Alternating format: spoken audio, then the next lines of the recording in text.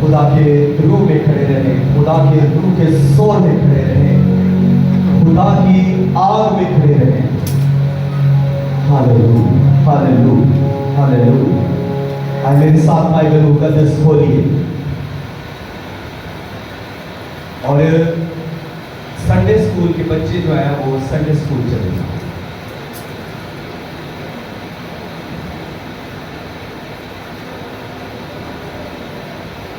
तो बाइबल मुकद्दस खोलिए, मुकद्दस लूका की अंजील और उसका 70वां बाब,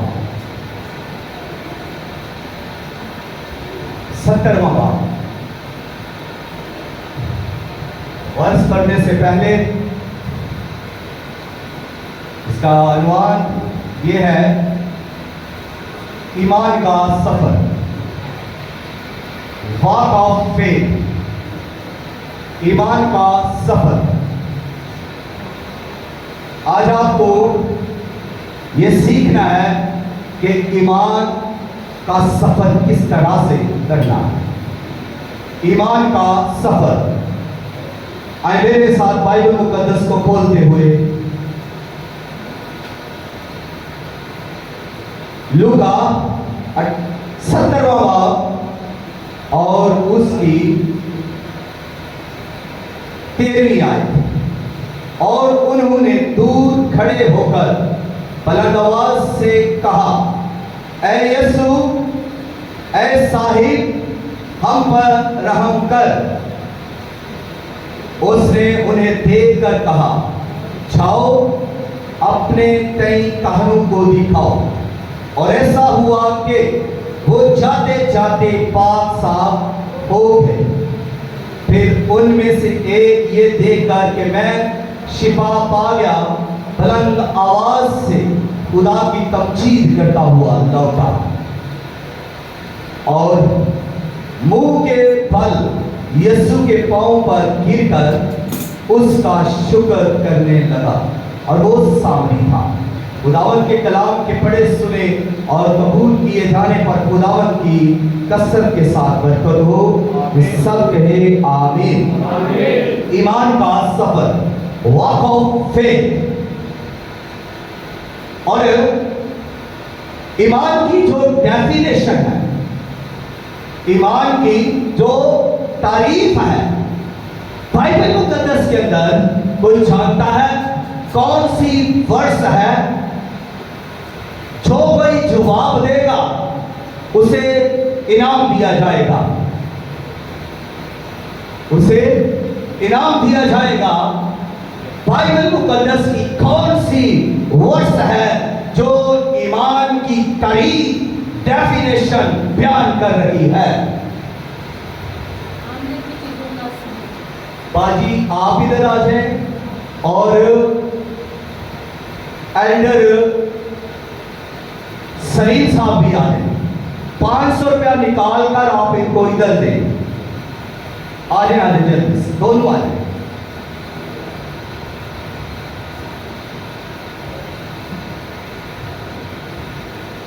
ये आयत बाजी जी आपने पढ़ दी है सर। ईमान अनदेखी चीजों का सबूत है।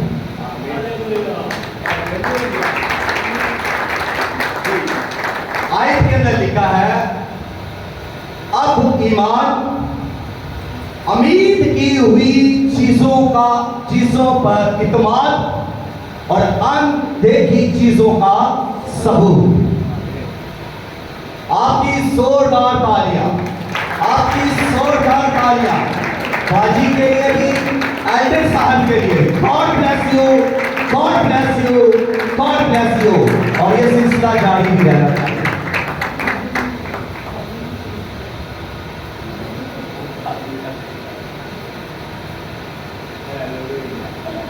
अब आप समझते होंगे कि जो तारीफ है ईमान की, जो डेफिनेशन है वो क्या है?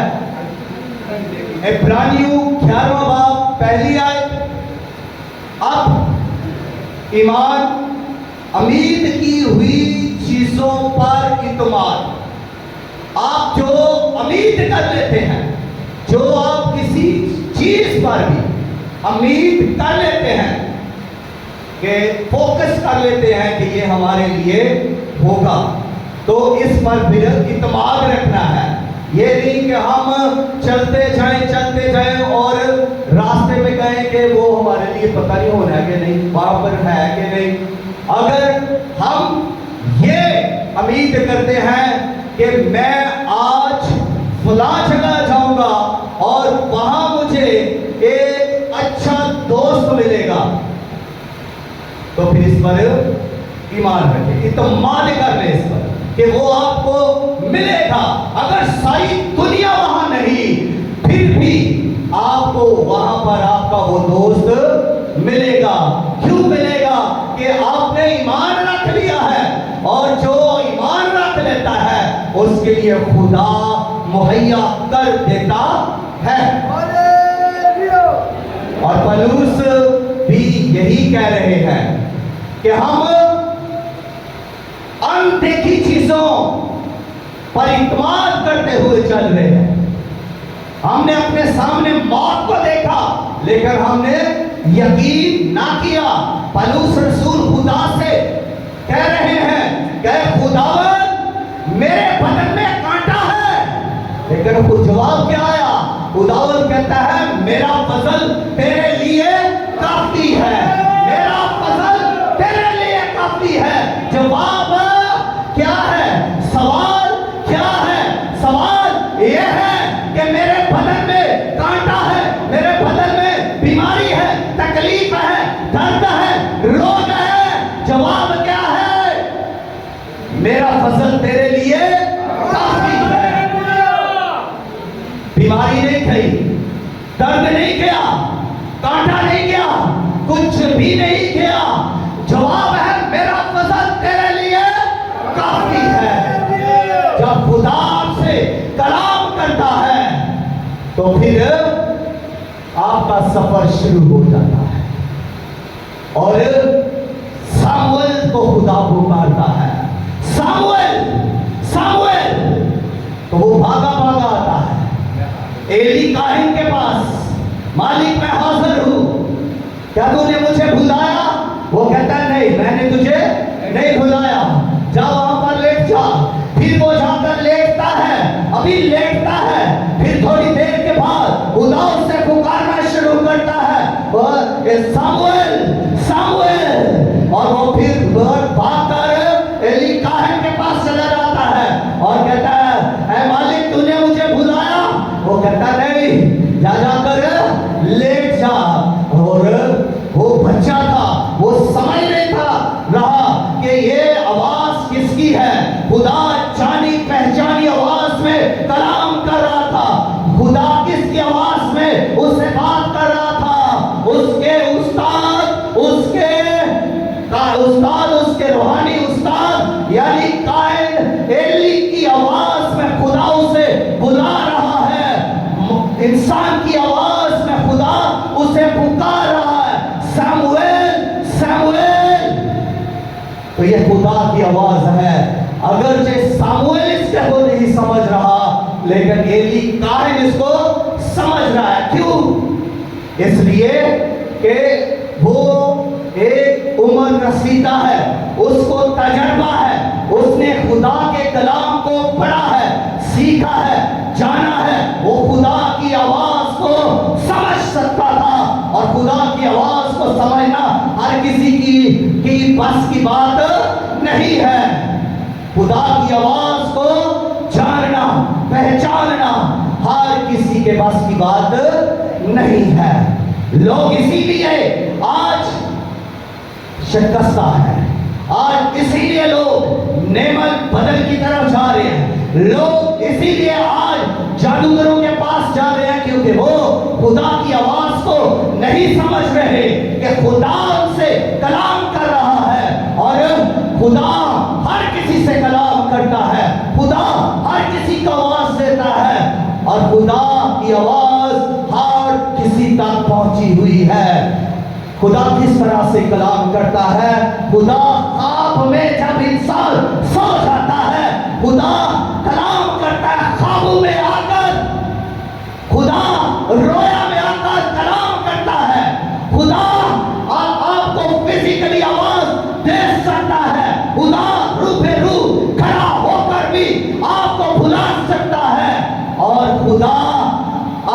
खादम के वसीला से भी आपसे कलाम करता है, और यह खुदा का ही कलाम है जो अपने खादम के मुंह के वसीला से, आवाज के वसीला से आपके साथ खुदा करता है। अगर आप ध्यान नहीं देते तो आपकी मर्जी। ख्वाब में जो कुछ खुदा आपसे कह रहा है, विजन के अंदर, रोया के अंदर खुदा जो कुछ आपको दिखा रहा है या बता रहा है, अगर आप भी उस पर ध्यान नहीं करते, उसको समझते नहीं है, उस पर तवज्जो नहीं करते, तो फिर आपकी अपनी मर्जी है, आपकी गफलत है, लापरवाही है। आपने उस ख्वाब पर ध्यान नहीं किया जो खुदा की तरफ से इंसान को दिया गया। उस रोया पर आपने ध्यान नहीं किया जो खुदा की तरफ से आपको रोया दी गई। आपने तवज्जो ना की जब आपको खिदमत के लिए बुलाया गया। आपने खुदा की आवाज पर ध्यान नहीं की जब आपको महसूस किया गया, जब आपको मसा किया गया, जब आपको अलग कर दिया गया। तो ये कोई मामूली बात है? अगर आप ध्यान नहीं देते तो फिर कसूर किसका है? किसका कसूर है? अगर आप ईमानदारी के साथ खिदमत नहीं करते तो कसूर किसका है? खुदा का, जिसने आपको चुना, जिसने आप पर फजल किया, जिसने आप पर रहम किया कि आप एक अच्छे काम के लिए आगे आए। खुदा ने आपको बुलाया है लड़ने के लिए नहीं, हसद करने के लिए नहीं। खुदा ने आपको चुना है। जेलसी फील ना करें। कोई कितना आगे बढ़ रहा है, अगर आपको रेस लगानी ही है तो फिर सेंचुरी लगाए कि वो ये कर रहा है, मैं इससे बढ़कर ये करूंगा। हसद ना करे, लड़े ना, शक ना करे और किसी को तंग ना करे। खिदमत मुबारक चीज है, आला चीज है आपकी जिंदगी के अंदर, और ये सब नेमतों से बढ़कर है। इसको पहचान लें कि ये नेमत कितनी बड़ी है। मैं लीडरशिप से बात कर रहा था जी। ईमान का सफर जब खुदा किसी इंसान से कलाम करता है तो समझिए उसके बाद आपके ईमान का सफर शुरू हो चुका है। आपको ईमान का सफर करना है, तय करना है, चाहे उसमें मुश्किलें हैं, परेशानियां हैं, चाहे आप पर कोई इल्जाम लगाता है, आपको ईमान का सफर करना है। चाहे आप पर कोई हुटिंग करता है, टॉकिंग करता है, शॉकिंग करता है, आप पर हसद करता है, आपको ईमान का सफर करना है। आप पर कितना बोझ है, ईमान का सफर करना है, चलना है, रुकना नहीं, चलना है। जब कलाम आपके साथ हो गया है फिर ठहरना नहीं, चलना है। इस मैसेज के अंदर जब 10 कोढ़ी यीशु मसीह के पास आए हैं, ये कोढ़ से भरे हुए हैं, इनके बदन पर कोढ़ है, इनके मुंह पर भी कोढ़ होगा, हाथों पर भी, पांव पर भी, इनके बदन पर कोढ़ है। कोढ़ एक बीमारी है, ये लांती बीमारी से भरे हुए हैं, और इस बीमारी वाले के लिए शरीयत ने कह रखा है, शरीयत बयान कर रही है, कोई कोढ़ी हैकल में नहीं जा सकता, कोई कोढ़ी कानून के पास नहीं जा सकता, कोई कोढ़ी शहर में नहीं जा सकता, कोई कोढ़ी अपनों में नहीं रह सकता, खानदान में नहीं रह सकता, अपनी बीवी के साथ नहीं रह सकता, कोई कोढ़ी अपने बच्चों के साथ नहीं रह सकता, कोई कोढ़ी अपने बहनों के साथ, भाइयों के साथ, माँ बाप के साथ, चहीतों के साथ, प्यारों के साथ, दोस्तों के साथ, यारों के साथ, रिश्तेदारों के साथ नहीं रह सकता। उसके लिए हुक्म है कि वो शहर से बाहर वीरानों में रहे, बियाबानों में रहे,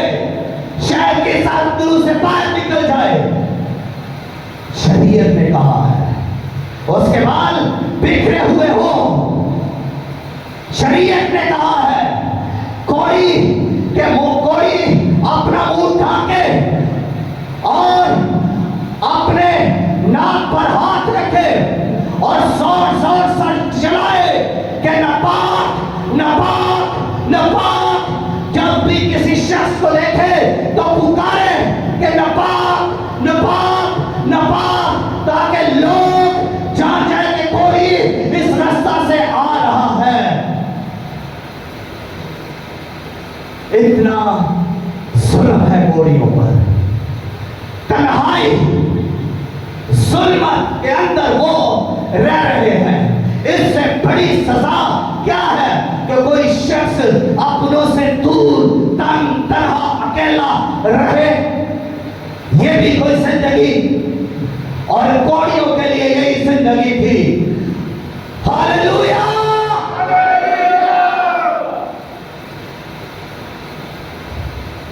भाई मानत खिल, आप सो रहे हो।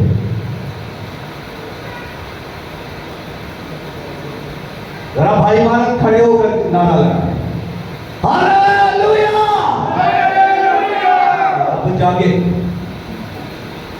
तो कोड़ियों के लिए क्या है ना, ये बियाबानों के अंदर है, तन्हा अकेला। खाए कैसे? वहां से कॉर्पोरेट से, उस इलाके से जो कुछ मिले खाएं। अगर उनको कोई रिश्तेदार खाना देने जाता तो उनके पास नहीं जाता था, दूर खाना रखकर चला आता। कोड़ी आता, आकर उस खाने को खा लेता। बेचारी जिंदगी, बेचारी हालत, बेबसी, बेकसी, लाचारी, बीमारी, बोझ। उसको ये उम्मीद नहीं थी कि मैं फिर अपने बच्चों से मिलूंगा। उसको उम्मीद नहीं कि मैं फिर अपनी बीवी से मिलूंगा, अपनी मां से मिलूंगा। उसको कोई उम्मीद नहीं है, क्योंकि वो कोई है और इतनी ज्यादा रिस्ट्रिक्टस है उसके लिए, बहुत ज्यादा पाबंदियां लगी हुई है कि वो कभी भी अपनों से मिल ही नहीं सकता। इस कदर शरीयत ने पाबंदियां लगाई हुई है कोड़ी पर। तो ऐसे में 10 कोड़ी खुदावंद यीशु मसीह के पास आते हैं, और जैसे ही यीशु मसीह उस गांव से बाहर निकलते हैं, 10 कोड़ी यीशु मसीह के पास आकर दूर खड़े होते हैं। ये नहीं कि उसके पास आते हैं, उनको अपनी हद का अंदाजा था, क्योंकि शरीयत ने ये कह रखा था।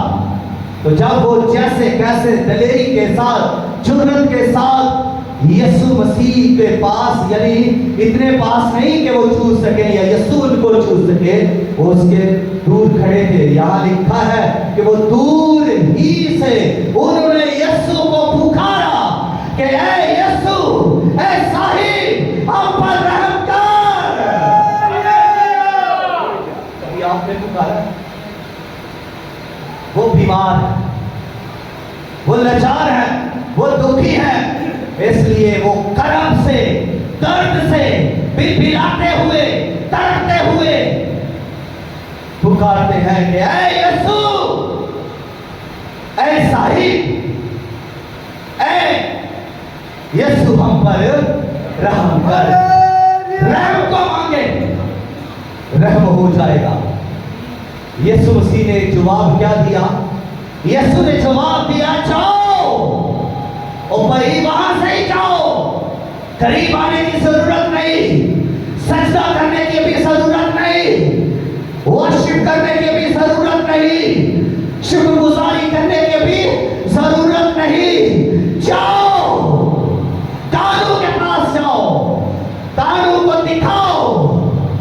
तो क्या दिखाओ? क्या कोड दिखाओ? जाओ, तानू को दिखाओ। इसमें भी शरीयत है। जिस किसी को कोड हो जाता था वो काहिन के पास ही जाता था,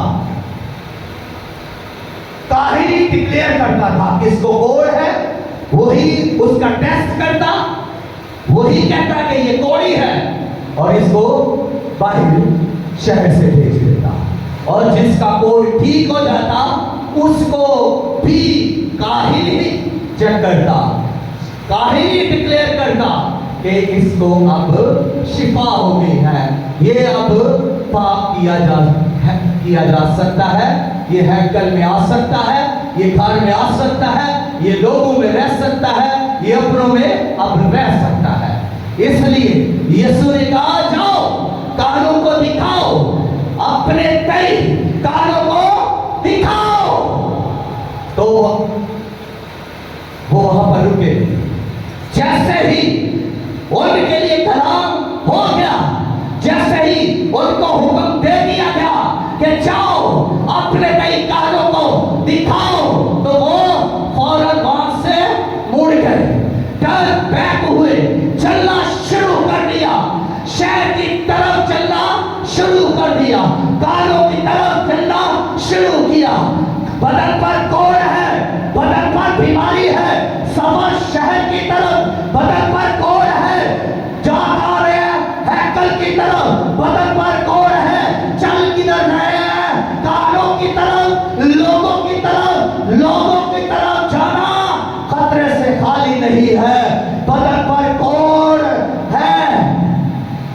कितना मुश्किल काम है।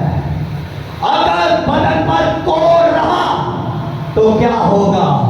लोग संसार करेंगे, लोग वट्टे मारेंगे, लोग पत्थर मारेंगे, लोग मार मार कर मार देंगे कि ये कोड़ी शहर के अंदर दाखिल क्यों हुआ, ये हैकल में क्यों आया, ये कानून के पास कोड़ी क्यों आया।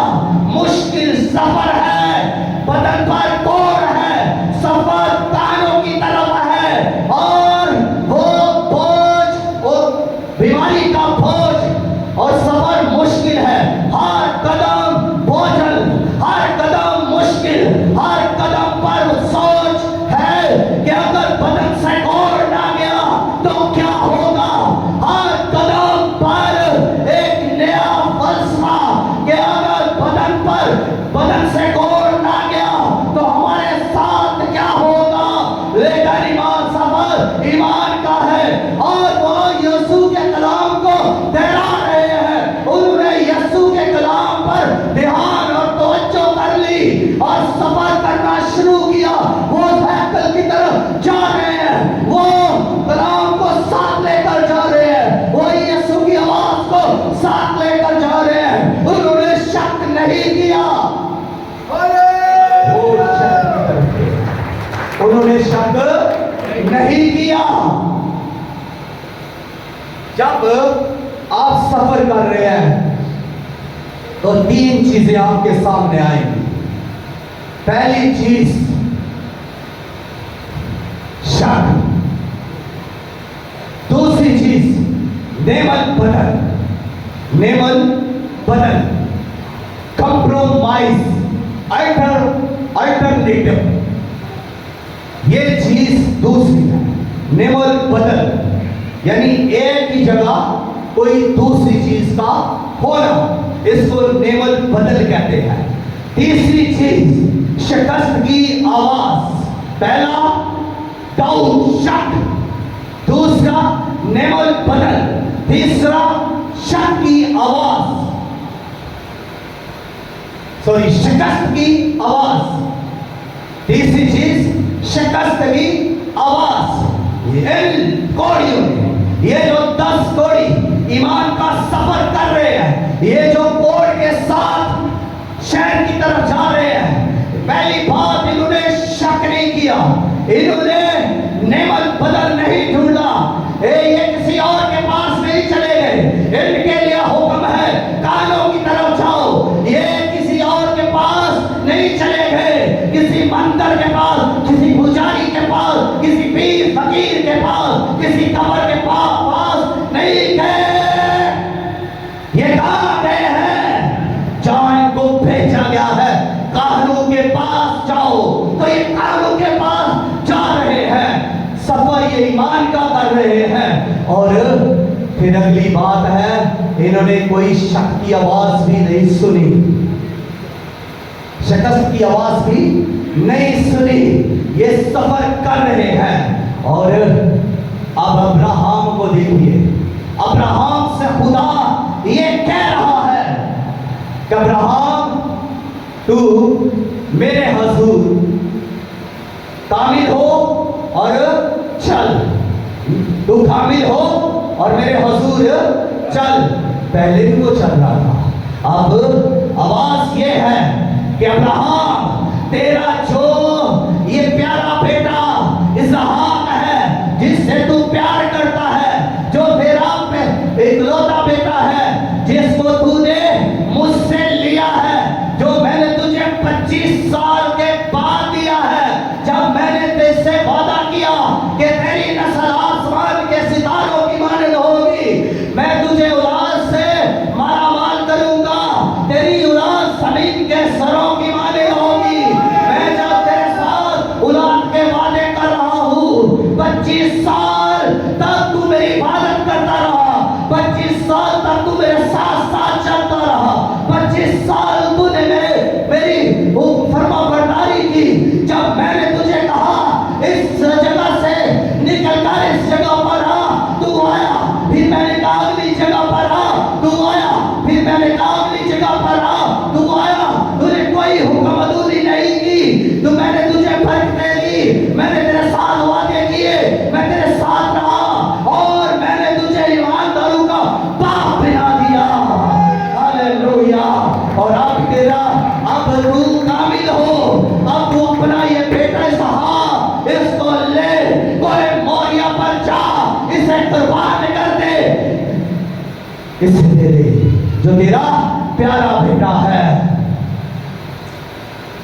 अब पता चलेगा ईमानदारी का, जो कहते हैं ना बड़े ईमानदार हैं, यहां पता चलता है जब ईमान का सफर करना पड़ता है। कोड़ियों के लिए भी सफर का ईमान का सफर कोई आसान सफर नहीं था, हर कदम पर खदशा था और मौत हो सकती थी, इसलिए सफर करना कोई मुश्किल नहीं है। और अब्राहम से जब खुदा ये कह रहा है, अब्राहम पर क्या गुस्सा होगा, इकलौता बेटा, वो बेटा जिससे दिल से अब्राहम प्यार कर रहा है, सारा जिससे उठ उठ कर चूमती है, सारा जिसके नाज नखरे उठाती है, अब्राहम जिससे छाती से लगाता है, अब्राहम जिससे प्यार करता है, अब्राहम जिसके लिए सब कुछ कर रहा है, अब्राहम अपने बेटे के लिए जी रहा है, जिसको उसने 25 साल पाल लिया खुदा से, और अब उसी बेटे को खुदा फिर मांग रहा है। खुदा बेटा जब मांगता है तो देने में बड़ा मुश्किल लगता है, बड़ी तकलीफ होती है, और आपको भी खुदा देता है, फिर देने में जब आपको भी, मैं समझता हूँ तकलीफ होती है, आपको भी देना पसंद नहीं है। अब्राहम पर क्या गुजरी है, अब्राहम से तो उसका बेटा मांग लिया, उसकी जिंदगी, उसकी खुशियां, उसका अरमान, वो सब कुछ मांग लिया, जिसके लिए ये कहा था अब नस्लें तेरे बेटे से पैदा होगी। वही एक बेटा ने नस्लें मांग ली, कौमें मांग ली, कबीले मांग लिए, और एक बेटे के वसीला से खुदा ने अब्राहम से एक बेटा मांगा और इसहाक को मांग लिया। तो अब्राहम पर तो बिजलियां टूट पड़ी होगी, अब्राहम पर तो कहर टूट पड़ा होगा, अब्राहम के तो आंसू निकल आए होंगे, अब्राहम का तो दिल चीर गया होगा, अब्राहम तो तड़प उठा होगा। खुदा तूने क्या मांग लिया है, खुदा तूने मुझसे मेरा जिगर, मेरा लट्टे जिगर मांग लिया है, क्या मांग लिया है मुझसे तूने मेरे खुदा। मैं तो तेरी इबादत करता रहा, मैं तो तेरी शुक्रगुजारी करता रहा, मैं तो तेरी फरमाबरदारी करता रहा, मैं तो तेरी तमजीद करता रहा, तूने क्या मांग लिया, मेरा लट्टे जिगर, मेरा सब कुछ, मेरा जाओ, मेरा नाज, मेरा फखर, वो सब तूने मांग लिया। ऐ खुदा अब्राहम किस तरह तड़प रहा था, अब्राहम किस तरह बिलख रहा था, लेकर खुदा ने जब मांग लिया है तब मांग लिया है। क्या उसने अपनी बीवी को बताया? अब्राहम ने सारा को नहीं बताया। सारा ज्यादा इमोशनल हो जाती। सारा जिसको पसमुर्दगी में, बुढ़ापे में जिसका रंग खुला, नाउमीदी में जिसको खुदा ने औलाद दी, उस पर क्या गुजरता अगर अब्राहम उसे बता देता कि खुदा ने हमारा बेटा हमसे मांग लिया है।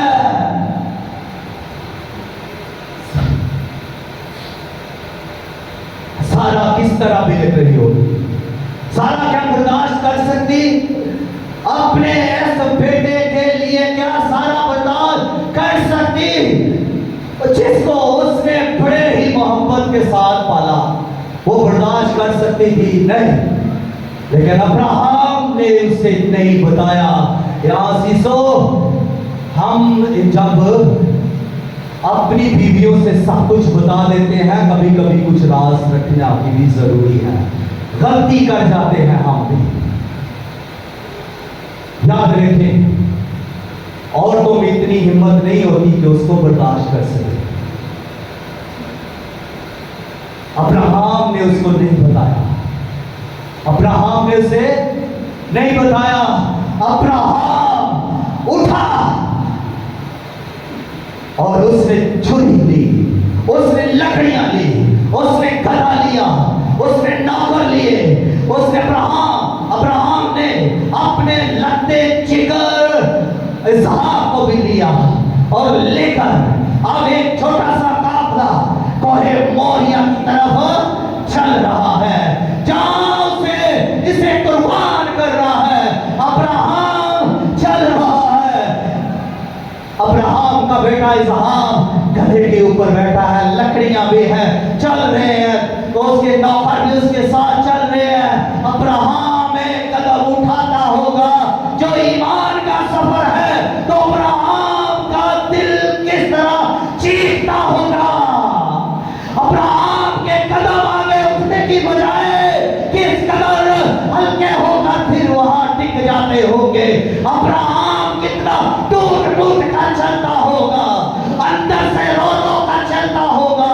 अब्राहम अपने बेटे को लेकर चल रहा है उस कोहे मोरिया पर, जहां उसे कुर्बान करना है।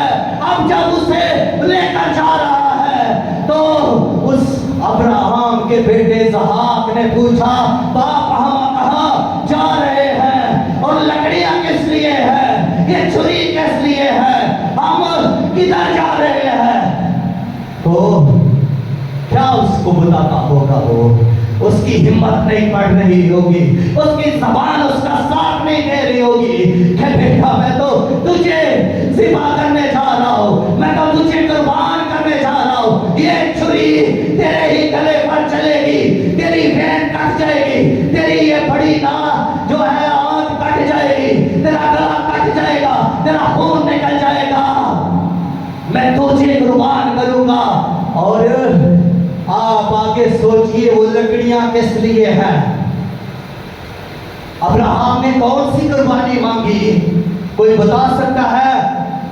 अगर कोई बताएगा तो इनाम यहां मिलेगा, 500 का इनाम। कौन सी कुर्बानी मांगी खुदा ने अब्राहम से? जी जोर से। कुर्बानी के कुछ नाम भी हैं, वो नाम बताएं कौन सी कुर्बानी खुदा ने मांगी।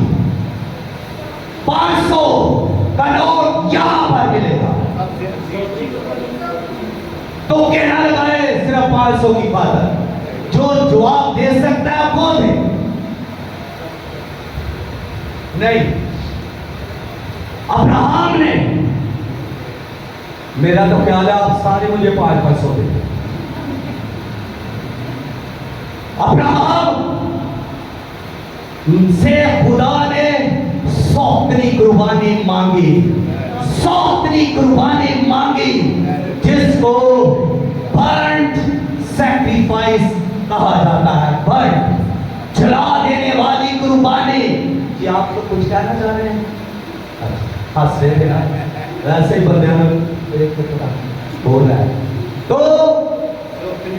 सौतनी कुर्बानी, तो ये लकड़ियां इसलिए थी कि उसको जलाना था। पहले कुर्बान करना, छुरी चलाना, खून निकालना, और दूसरे नंबर पर उन लकड़ियों पर रखकर अपने लगते जिगर को, जहाब को उस पर जलाना है, आग में जला देना है।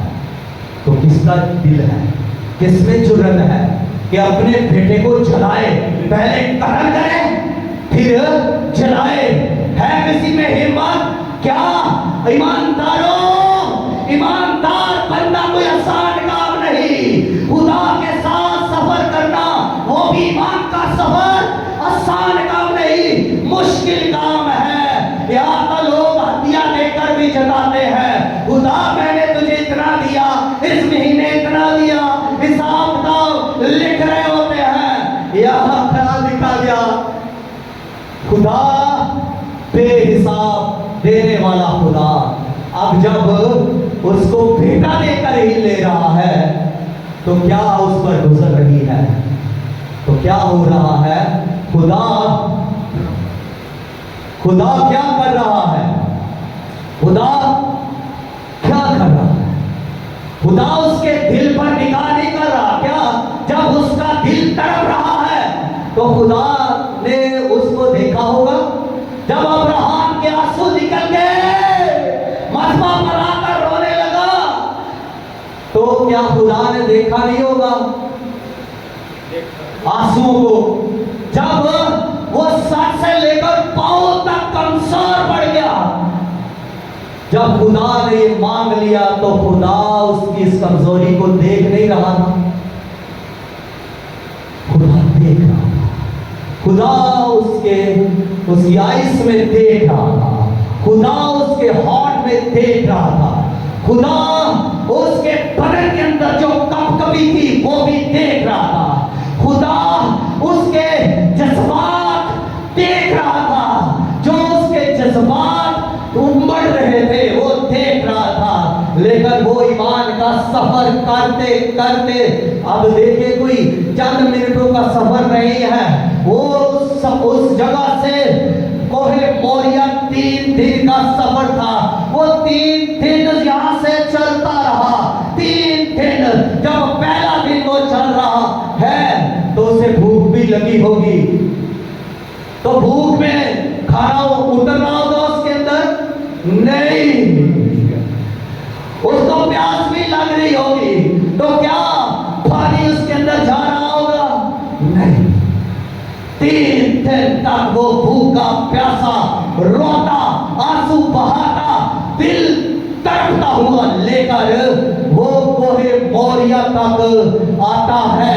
और कोहे मोरिया पर आकर वो जब अपने उन नौकरों से कहता है कि यहाँ लकड़ियां चीन दो, और लकड़ियां चीन दी गई है। जब वो अपनी छुरी को लेकर अपने बेटे को लेकर जलाने लगता ही है, तो अब्राहम को खुदा की तरफ से आवाज आती है। क्या अब्राहम अपना हाथ रोक ले, क्योंकि मैं जान गया हूं तू वाकई मुझसे मोहब्बत करता है, तेरा ईमान सच्चा है, तो अपना हाथ रोक ले।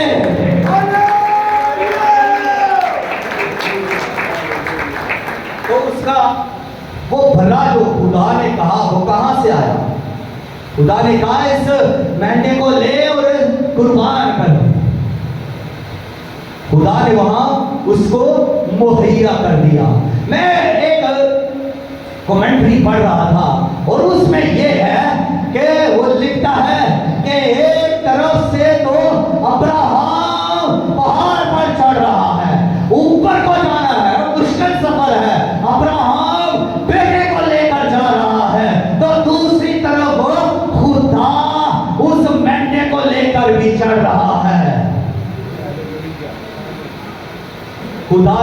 मुहैया करना है, इसलिए कि उसका नाम वहां पर क्या रखा गया, उस जगह का नाम यहोवा यीरे। बोले साहब, यहोवा यीरे पुकारे, यहोवा यीरे, यहोवा यीरे, यहोवा यीरे पुकारिए, आपको मुहैया कर देगा। जो कुछ मांगा था वो आपको मुहैया कर देगा। अगर अब्राहम के लिए वो उस मेंढे को लेकर चढ़ सकता है, तो खुदा आपकी बरकत को लेकर भी यहां आ सकता है। Hallelujah, hallelujah. जी, ईमान का सफर।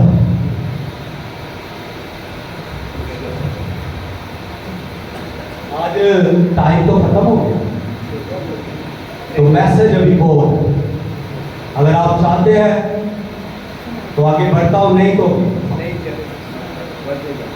जैसे आप हाथ उठा के गए, अभी कुछ हाथ उठे थे, कुछ सच दिल से बात में नहीं कहना कि पास साहब ने बहुत लेट कर दिया, मैं अगली दफा सुना सकता हूं, ठीक है, अगली दफा भी मैं ये मैसेज रिपीट कर सकता हूं। लेकिन अगर आप सुनना चाहें तो यहां से आगे बढ़ता हूं, ठीक है। हाथ जोर से हिलाइए और जोर से, मैं आपके नारे से आपको पहचान लूं।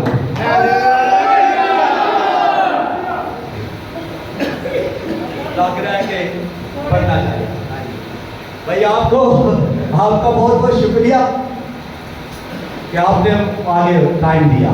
अच्छा जी, ईमान का सफर। ईमान का सफर यह है कि जब खुदा आपसे बात कर लेता है, कलाम कर लेता है, वहां से आपका सफर शुरू हो जाता है। फिर तीन चीजें आपकी जिंदगी में आती हैं। पहली चीज है शक, डाउट। दूसरी चीज नेवर बदल, कंप्रोमाइजिंग।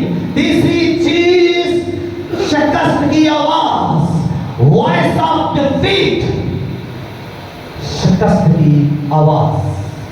तो सफर करते हुए जब हम आगे बढ़ते हैं, जब खुदा आपसे कलाम कर लेता है, तो फिर आपका सफर जब शुरू हो जाता है, तो इसमें जो पहली बात है वो है डाउट, वो है डाउट, शक। आप जब चल रहे हैं, फिर चलते गए, कोई शक की गुंजाइश नहीं है, कोई शक की गुंजाइश नहीं है। शक को नजदीक ना आने, शक से गुजरे ना, क्योंकि लिखा है शक करने वाला समंदर की लहरों की तरह है और उसको कुछ नहीं मिलता। आप जब सफर कर रहे हैं तो ईमान से बढ़ते जाए। जो कुछ आपने ठान लिया है वो करना है, जो कुछ आपने देने का इरादा कर लिया है देना है, जो कुछ लेने का इरादा कर लिया है लेना है, ईमान से लेना है, ईमान से देना है, और जो कुछ कर रहा है ईमान के साथ करना है। ईमान पर डटे रहे, ईमान पर अड़े रहे, ईमान पर टिके रहे, सफर करते रहे, चाहे मुश्किल आ जाए, चाहे तूफान आ जाए, चाहे कुछ भी आफत आ जाए, बीमारी आ जाए, आपको ईमान का सफर करना है। और यह भी नहीं कि आपको तो चलना है ऐसे। कुछ लोग बीमारी की वजह से बेड पर होते हैं, तो वो भी ईमान का सफर कर रहे होते हैं। कुछ लोग चल नहीं सकते, लेकिन उनके अंदर जो ईमान है ना यीशु के साथ चलने का, तो वो उस ईमान में चल रहे हैं। मैं इस ईमान की बात कर रहा हूं जो ईमान के साथ चलना है, इस ईमान की। और इस ईमान में आपको सस्तियां भी भरना पड़ेगी, मुश्किलें भी आएंगी, मुखालफतें भी होंगी, और इसके बारे इस ईमान में आपसे बहुत कुछ ले भी लिया जाएगा। बस ये ना सोचे कि हमें दिया ही जाएगा, लिया भी जाएगा। तो जो अगर इसमें डाउट है, डाउट तो ये है कि अब्राहम सॉरी मूसा से कहा गया कि तू जो है वो जो इनको मुहैया कर, गोश्त की डिमांड की गई। अब्राहम से लोग कह रहे हैं कि गोश्त हमें खाने को दो, तो अब्राहम से खुदा कहता है इनको खाने को गोश्त दे। अब्राहम ने कहा खुदा तूने क्या प्रमाण दिया है? 6 लाख तो इस लोगों में मर्द है, आर्मी है, सोल्जर है, सिपाही है, 6 लाख और फिर बच्चे, फिर औरतें, इतना गोश्त है खुदा, कहां से? सोर्स क्या होगा? कहां से मैं लाऊंगा? कहां से आएगा इतना गोश्त?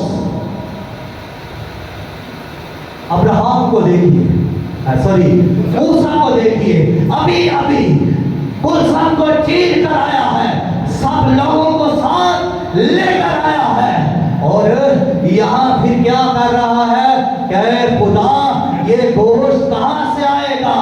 अब्राहम मूसा तेरे साथ नामुमकिन का खुदा है, तेरे साथ यहोवा यही है, तेरे साथ मुहैया करने वाला खुदा है।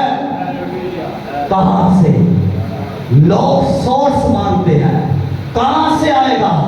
लोग ईमान नहीं रखते, लोग मांगते हैं लेकिन उसके साथ सोर्स मांगते हैं, जरिया मांगते हैं, हाथ मांगते हैं। कौन सा हाथ, कौन सा बदल, कौन सी जिंदगी हमें देगी? कौन किस जगह से, किस से हमें मिलेगा?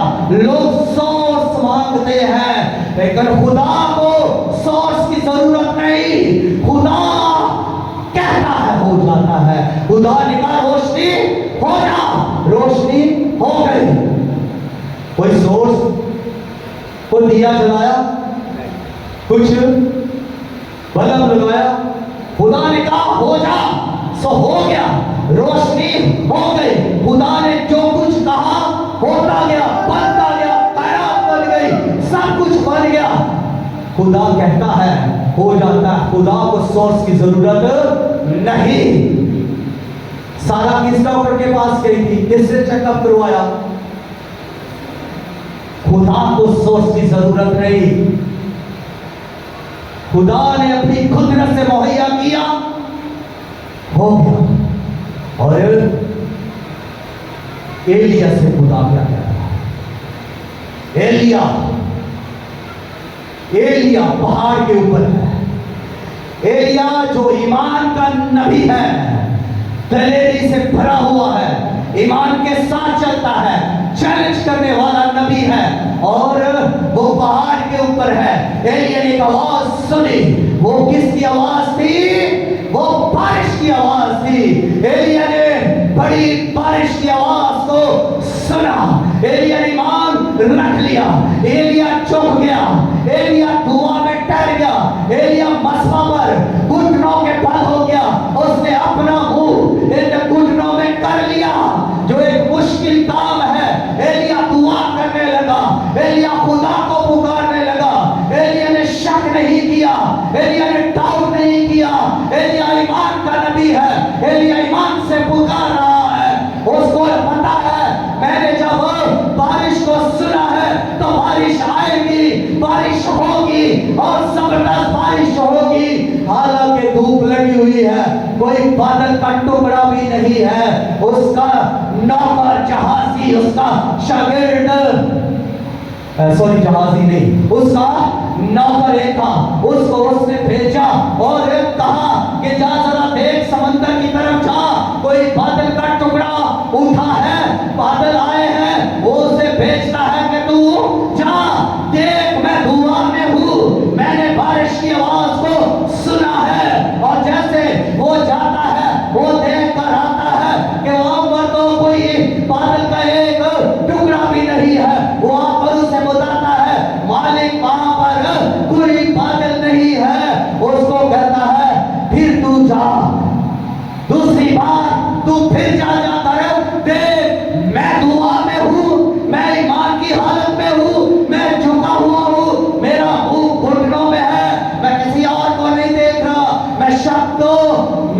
शक कष्ट की आवाज को नहीं सुन रहा, मेरे अंदर कोई शक नहीं है, मैंने जो सुना है वो होगा। बारिश की आवाज सुनी है, बारिश आएगी, तू दूसरी जगह पर जा और दे। वो जाकर देखता है लेकिन कोई बादल का टुकड़ा नहीं है, वापिस आता है और फिर एलिया उसे दोबारा फिर भेजता है, तीसरी बार भी आकर कहता है वहां कुछ नहीं है, चौथी बार भेजता है, पांचवी बार उसे भेजता है, कुछ भी नहीं है, छठी बार उसे भेजता है, कोई बादल नहीं है। एलिया ईमान का नबी, ईमान के साथ दुआ के अंदर ठहरा हुआ है। उसने कहा तू सातवीं बार जा, जा देख बादल आए हैं कि नहीं। आकर मुझे बता, जब वो सातवीं बार जाता है तो वहां वो देखता है बादल का एक टुकड़ा जो हाथ के बराबर है। हाथ कितना होता है? हाथ के बराबर एक बादल का टुकड़ा वो वहां पर देखता है। आकर दौड़े दौड़े आकर मालिक से कहता है, एलिया से, मालिक मैंने हाथ के बराबर एक बादल का टुकड़ा देखा है। बस एलिया ने कहा अब मैंने तुझे आठवीं बार वहां नहीं भेजना, अब तू अखिया बादशाह के पास जा, अब उसको जाकर बता कि बारिश आने वाली है और तू अपने रथ पर बैठकर जल्दी से नीचे उतर जा, तेरे उतरने से पहले इस कदर बारिश होगी कहीं तुझे ये रोक ना ले, तू जल्दी कर नीचे उतर जा। और वो के पास अब जा रहा है। एलिया मसबा पर दुआ कर रहा है, वो हाथ का बाहर के बराबर जो टुकड़ा था वो फैल गया और देखते देखते वहां पर इतनी जबरदस्त बारिश हुई कि वहां से नीचे उतरना मुश्किल हो गया, वहां नीचे उतरना मुश्किल हो गया। वो नीचे उतरते भीग गए, इतनी बारिश हुई और जबरदस्त बारिश हुई। ये है ईमान का नबी जिसने ईमान के साथ दुआ की और शक नहीं किया। अगली बात जो आपको करनी है, अगली बात, हालांकि इसमें दानियल का भी वाक्या है, वही किस दिन दुआ के अंदर ठहरा रहा, उसने भी शक नहीं किया, दुआ मुसलसल करता रहा, जवाब आया तो उठा और नेमल बदल की तरफ, नेमल बदल कंप्रोमाइजिंग, दूसरे की तरफ मत जाए। कोई दूसरा सोर्स नहीं आपके लिए सिर्फ खुदा ही है, खुदा ही है, खुदा ही है। आपकी बरकतों का मंबा, आपकी जरूरतों का सोर्स खुदा ही है, मुहैया करने वाला खुदा ही है, वही आपको मुहैया करेगा। और जब मूसा पहाड़ के ऊपर है, कोहे सीना पर मूसा चढ़ा हुआ है खुदा से मिलने के लिए, तख्तियां लेने के लिए, हुक्म लेने के लिए पहाड़ के ऊपर है और नीचे कौम क्या कर रही है, नीचे इंतजार कर रही है। और उन्होंने कहा मूसा का क्या हो गया, इतने दिन हुए वो आया ही नहीं, वो तो उधर, उसको पता नहीं क्या हो गया है, वो उसने आना है कि नहीं आना, शक पैदा हो गया। और वो उन्होंने क्या किया, उन्होंने हारून से कहा तू हमारे लिए एक देवता बना। उसने कहा अपना सोना लाओ, बालियां लाओ, सब सोना लेकर उसके पास आ गए। सोना जब लेकर उसके पास आए हैं तो उसने उनका बछड़ा बना दिया, उनका देवता, उनका खुदा। उन्होंने कहा ये हमारा खुदा है, उसके आगे नाचना शुरू हो गए, उसकी परस्तिश करने लगे। और ऊपर मूसा है, वो किसकी तरफ चले गए, वो नेमल बदल की तरफ। उन्होंने बछड़ा बना लिया, दूसरे को अपना खुदा बना लिया, अपने खुदा को छोड़ दिया, जिसने उनको पिया मिस्र से निकाला, गुलामी से निकाल कर बियाबान में लाया और नेमते और बरकतें दी। अब उसी खुदा को उन्होंने छोड़ दिया और नेमत बदल की तरफ चले गए। एक मां जिसका बेटा बीमार हो गया और लोगों ने कहा इसको फलां जगह पर ले जाओ, फलां पीर अच्छा है, वहां पर जाओ, वहां पर आपको आपके बेटे को शिफा हो जाएगी। उस मां ने जो दुआ करने वाली थी, जो खुदा के साथ चलने वाली थी, जो ईमान रखने वाली मां थी, उसने कहा खुदा मेरे बेटे को शिफा दे तो दे, मैं किसी भी पीर फकीर के पास नहीं जाऊंगी। खुदा मेरे बेटे को शिफा दे तो दे, मैं और किसी के पास नहीं जाऊंगी। उसने ईमान रखा, उसने खुदा की तरफ तवज्जो की, नेमत बदल को उसने नई तलाश किया, ईमान के साथ चले। और आखिरी और तीसरी बात जो जिसको आपने फेस करना है वो है शिकस्त की आवाज। शिकस्त की आवाज। यार मेरी बेटी मर चुकी है, यार उस्ताद को तकलीफ ना दे, अब कुछ नहीं हो सकता, गेम इज ओवर, कहानी खत्म हो गई है, बेटी की सांसें खत्म हो गई है, वो मर चुकी है, अब कुछ नहीं हो सकता। यार के कानों में कौन सी आवाज है? शिकस्त की आवाज, शिकस्त की आवाज है। यीशु ने कहा वो मरी नहीं बल्कि सोई हुई है। वो मरी नहीं बल्कि सोई हुई है। उसने यीशु की आवाज पर भरोसा किया, उसने उनकी आवाज पर भरोसा नहीं किया यार ने, जिन्होंने कहा तेरी बेटी मर चुकी है। उसने यीशु की तरफ देखा, उसने यीशु के कलाम पर तवज्जो कर लिया, यीशु को लेकर घर गया। यीशु ने कहा है लड़की मैं तुझसे कहता हूं उठ। शिकस्त की आवाज को न सुने। और एलिया खुदा ने कहा हिजकिय्याह क्या ये हड्डियां जिंदा हो सकती हैं? उसने कहा खुदावंद तू ही जानता है। उसने कहा इन हड्डियों से कलाम कर। उसने शक नहीं किया, ना वो नेमत बदल के पास गया, उसने खुदावंद की आवाज को सुना और उसने उन हड्डियों से कलाम करना शुरू किया। खुदावंद ने कहा इन हड्डियों से कलाम कर, इन हड्डियों से नबूवत कर, इन हड्डियों से फरमा। और जैसे जैसे वो उन हड्डियों से कलाम करने लगा, उनसे बोलने लगा, वो हड्डियां लेकर हड्डी हड्डी से मिलने लगी, जोड़ फिक्स होने लगे। उस वादी के अंदर कड़कड़ाहट हो गई और शोर बर्पा हो गया। सब हड्डियां इकट्ठी हो रही है, बाजू की हड्डी बाजू के साथ, पांव की हड्डी पांव के साथ, घुटने की हड्डी घुटनों के साथ, सब हड्डियां अपनी अपनी जगह पर आकर फिक्स हो गई और ढांचे तैयार हो गए। फिर उन पर नसें चढ़ाई, फिर उन पर गोश्त चढ़ाया, फिर उन पर मांस कोशिश हो गई। अब वो सब मांस कोशिश के साथ, गोश्त के साथ उन वादियों में पड़े हुए हैं। पहले वो हड्डियां थी, अब वो पूरे जिस्म के साथ वहां पर पड़ी हुई है। फिर अब खुदा ने कहा कि चारों तरफ के दम से कलाम कर, हवा से कह कि चारों तरफ के दम आ।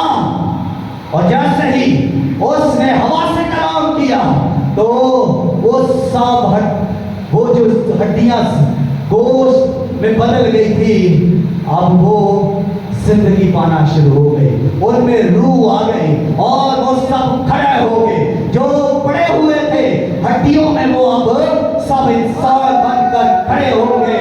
वो सब के सब एक बड़ा लश्कर उस वादी के अंदर खड़ा है, मौजूद है, सांस ले रहा है, वो चल सकता है, वो कुछ कर सकता है, वो खुदा को पुकार सकता है, क्योंकि उनमें खुदा का रूह है, उनमें खुदा की कुदरत काम कर रही है। अगर आप में भी खुदा की कुदरत काम कर रही है तो आए फिर आप भी खड़े हो जाए, उस बड़े लश्कर की मारे अपने सीटों पर खड़े हो जाए, अपने पांव पर खड़े हो जाए, बदन के साथ खड़े हो जाए, रूह में खड़े हो जाए, जोर से पुकारना शुरू करे और खुदावंद पर तवक्कुल करे और शक ना करे। शिकस्त की आवाज ना बंद कर दे वो शिकस्त के दरवाजे जहां से शिकस्त की आवाज आती है। खिड़कियां बंद कर दे, दरवाजे बंद कर दे जहां से आपको शिकस्त की आवाजें आती है कि यह नहीं आपके लिए हो सकता। मत सुने वो आवाजें, खुदा की आवाज का सुने।